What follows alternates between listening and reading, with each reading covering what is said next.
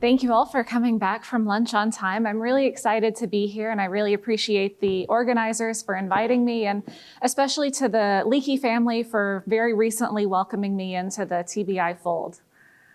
So today I'm going to be talking about kind of more broadly than the Turkana Basin, how do we infer how all of these things are related to one another? And I wanted to start just with this very traditional kind of linear view of human evolution, because I think this sets the stage for kind of the predominant line of thinking when Richard was first kind of leading these expeditions, especially in the early 70s. So we could think of this as, some kind of a chimp-like ancestor with a direct line going through maybe something like Lucy, discovered in the 70s, and then we had Homo erectus, Neanderthals, and then the culmination with modern humans. And this was also the source of one of Richard's more notorious disputes scientifically, when he was interviewed alongside Don Johanson by Walter Cronkite and asked to draw a hominin tree. So Don very famously had a tree prepared and drew this very linear relationship with afarensis, ultimately leading directly towards humans. And Richard drew an X over that and put a big question mark there instead. In later years, with reflection, he more calmly stated that he thought that the story was probably a little bit more complex than it was being presented. And so that was in an NPR interview in 2011.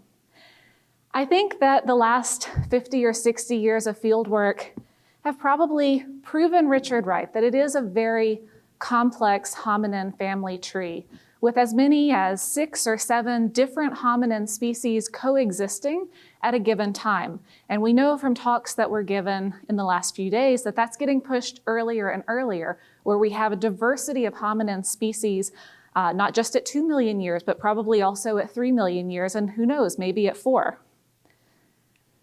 So my research, kind of my big research question is, how do we figure out how all of these things are related to one another? Always keeping in mind that this is still an incomplete picture, but what can we do to say something about the evolutionary relationships of all of these hominin species? I would argue that figuring out phylogenetic relationships forms the essential foundation for how we argue about adaptations and when they took place. So did it happen at a single point in time, and then all of the hominins after that had that adaptation? Or do we see an adaptation happening multiple times across the family tree? Which fossils, if any, that we have today represent a good candidate for our earliest common ancestor? And something that's been the topic of a lot of conversation lately is which of these many Australopithecine species, again, if any, represent the candidate for the origin of the genus Homo. So I would argue again that figuring out the hominin family tree or phylogenetic tree is essential for at least starting to reconstruct how we make those inferences. I am not the first person to ask this question, obviously. And so in the late 1960s, the methods for this were really formalized in the evolutionary biology community. And very shortly thereafter, many of the people in this room and a great many other put forward some different hypotheses about hominin phylogenetic relationships. And so what I'm doing is building on a lot of this previous work, but then expanding it. So the starting matrix that I use in my analyses was from the Straight and Grind 99 and 2004 series of matrices. But as many of you know and have made these discoveries, the search for fossils wasn't complete in 1999. So I think it was about time that we updated the hominin matrix and included all of these new discoveries, not just new species, but also new fossils to expand our knowledge of something like afarensis or variation in that hypodyme. One example of this has been the Ardipithecus ramidus hypodyme. And so What you're looking at here, just to orient you, is a visual representation of our craniodental matrix. And when I say craniodental matrix, this is your very classic sagittal crest present or absent, or orientation of the zygomatic. And each of the white squares I have represented here are missing data for Ramidus at the time that Straight and Grind published their original matrix. And any analysis that directly incorporated their data, so for example, Dembo and many others have directly included this matrix, would have had the same sampling.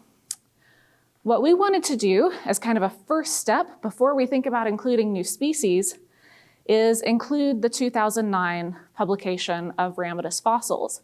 And this actually brought our sampling up for Ramidus to about 80% of the craniodental character matrix.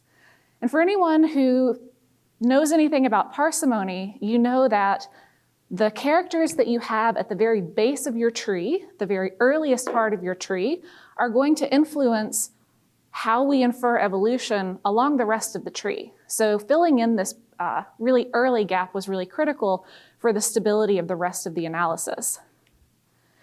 We were also able to directly include some other new fossils that had been discovered for existing species. And so that included the new Rudolfensis material, as well as a number of new fossils from Hadar. And I just want to very briefly go through some of the highlights, because I know not everyone likes looking at trees, and these are very small to see on the screen. But a few things that I wanted to point out here. One, kind of interesting in the context of the latest kind of round of postcranial papers that have come out for Sahelanthropus, is that we find pretty weak support for Sahelanthropus as a basal hominin. We find very strong support for Ramidus, but I think Sahelanthropus, maybe new fossils or access to the original fossils would change our interpretation of that. But as it stands currently, fairly weak support on that front. And we also, in our 2019 paper, found that the best candidate for the origin of the genus Homo was Kenyanthropus. And so if you're familiar with bootstrap supports, you might be wondering why that's an 8 there. I'm happy to talk during coffee. These are not absolute values, but GC values. So it is still weak support, but if we were to put Kenyanthropus somewhere, in this analysis, we came out with it kind of as the basal member of the genus Homo. If you are able to see the names on this tree, and I apologize if you're not, you might be asking yourself, if I'm talking about the origin of the genus Homo, where is Sediba on this tree? So we wanted to make sure our fossils were completely sampled and our matrix was updated before we started adding new species, but that was our next step. So what about Sediba?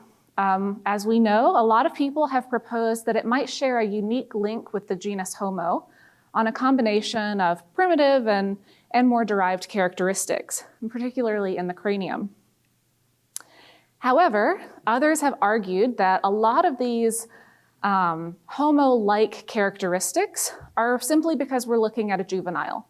So MH1, which is shown on the bottom here, is a young individual, and so it has reduced post-orbital constriction, it has a fairly flat face, and Kimball and others have argued that if we were looking at it as a grown-up, it might look like Africanus. So we wanted to test this explicitly in a phylogenetic framework. So this was our most recent phylogenetic analysis that came out in 2023. We're very grateful to Lee and others for letting us look at the original fossils. So we examined MH1 and MH2 ourselves in person.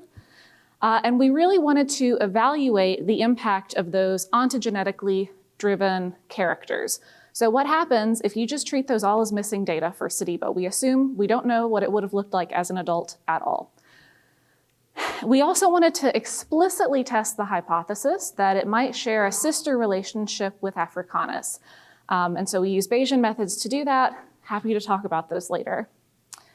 And not to miss an opportunity to continuously expand the matrix, we also took this opportunity to incorporate new and really beautiful discoveries that had been found since 2019. And so this includes the Woronzow-Millie skull, which we're very grateful that Johannes actually coded for our matrix in their supplemental information. So that made that very easy for us. And then the New Dremelin skull that I got to be part of in 2021. So there were a number of trees that came out of this. I'm not going to make you look at all of them. We are going to just focus on two. And these are two of the most parsimonious trees that came out of the analysis. When we have multiple most parsimonious trees, basically we can say we have equivocal results. They're equally probable. And what are those? In one scenario, we find Sediba as the sister to Habilis rudolfensis and later Homo, but Kenyanthropus actually is still the basal member of that grouping. And in the other scenario, Kenyanthropus hops down and forms a much more basal position where it's actually kind of earlier or more basal to the origin of both Paranthropus and Homo. Generally, at this point in talks, especially about fossils, we say we need more data. So we need to go out and we need to find more fossils. Arguably, for this type of analysis, we actually do already have some more data that could come to bear on this. So two sources of data that we could think about as far as reconstructing or resolving this problem would be geochronology. So how old are some of these fossils, and does that influence kind of the probability that they would be more or less basal? And then we can also, I'll talk about this later in the talk, think about the role of postcrania. So our analyses of hominin taxa are entirely head up. So I'm going to start with geochronology. And I'm going to approach this through a method called tip dating. And so this is a Bayesian method that we can use to calibrate the hominin tree. And basically what we're doing is we're taking that morphological data, the kind of traditional craniodental character matrix, and we're combining that with molecular data for the living taxa, as well as some ancient DNA for more recent hominins. And that gives us a calibration on our kind of scale of how quickly things are changing. And then the geochronology of the actual fossils themselves. So time bends of how old these things actually are. The data that went into this are all available. So the morphological data we posted on Morphobank, so that's available for download from our 23 paper. The mitochondrial DNA that goes into this was all from GenBank, so that's for both the apes as well as the modern humans and Denisovans, Neanderthals, all of those. The first and last appearance dates, I think, are really important. And so we spent a lot of time arguing about what would be the most appropriate first appearance date for a given fossil and how do we incorporate that into the analysis. We've posted that online as well as a supplementary that people can download and read our full kind of explanation for why we picked certain dates. But if there are geologists in the room that would like to weigh in on that, I am happy to have input. And then all of this was run on the Cypress Science Gateway in Mr. Bayes because it takes a really, really long time. So what did we find? First, just to orient you, because there's a lot of data being shown on this tree, the distributions in blue at each of the nodes are kind of the range of date estimates in our analysis. And the value that's shown right in the middle of that distribution is the mean estimation for that divergence date. And again, this takes into account both the age of the fossils, the relationships of the fossils, as well as the molecular clock. What was reassuring, I think, first of all, is that the topology of this tree, so the relationships among the different hominin taxa, does not differ from our pure craniodental analysis. So we get the same evolutionary relationships between taxa as we do just thinking about skulls and teeth. So that's reassuring. What is interesting is that we recover a very deep divergence between Paranthropus and Homo. So we're estimating a divergence time between Paranthropus and Homo at around 4.5 million years. This makes sense when you think about kind of the basic mechanics of this analysis because it's character change over units of time. And there's a lot of character change between these two groups. So we need a lot of time to accumulate that. But I think with some new papers that have been published recently, so that tooth that was associated with the stone tools at 3.3, maybe some other fossils that we might hear about one day soon, I wouldn't be surprised to see much earlier Paranthropus. And I think this analysis is in line with that. Even with a very long ghost lineage, we're still recovering Sediba as the kind of sister to the genus Homo. So, you know, a lot has been said about it's far too young to be in this position. In our analysis, it's still being placed with a long lineage still as the sister to that group. But a lot of people have also said, well, maybe we should think about bones that are not in the head. So we should think about postcrania as far as reconstructing these phylogenetic relationships, especially related to Sediba. That makes sense when you think about hominins, kind of evolution more broadly. Our defining characteristic is bipedalism. So maybe that should be a character in our matrix. But for a really long time, that has been very difficult to do. So aside from rare cases like the Turkana boy and like Lucy, we have very few species where we can confidently say that postcranial elements are attributable to a species because they're associated with teeth or with craniodental remains.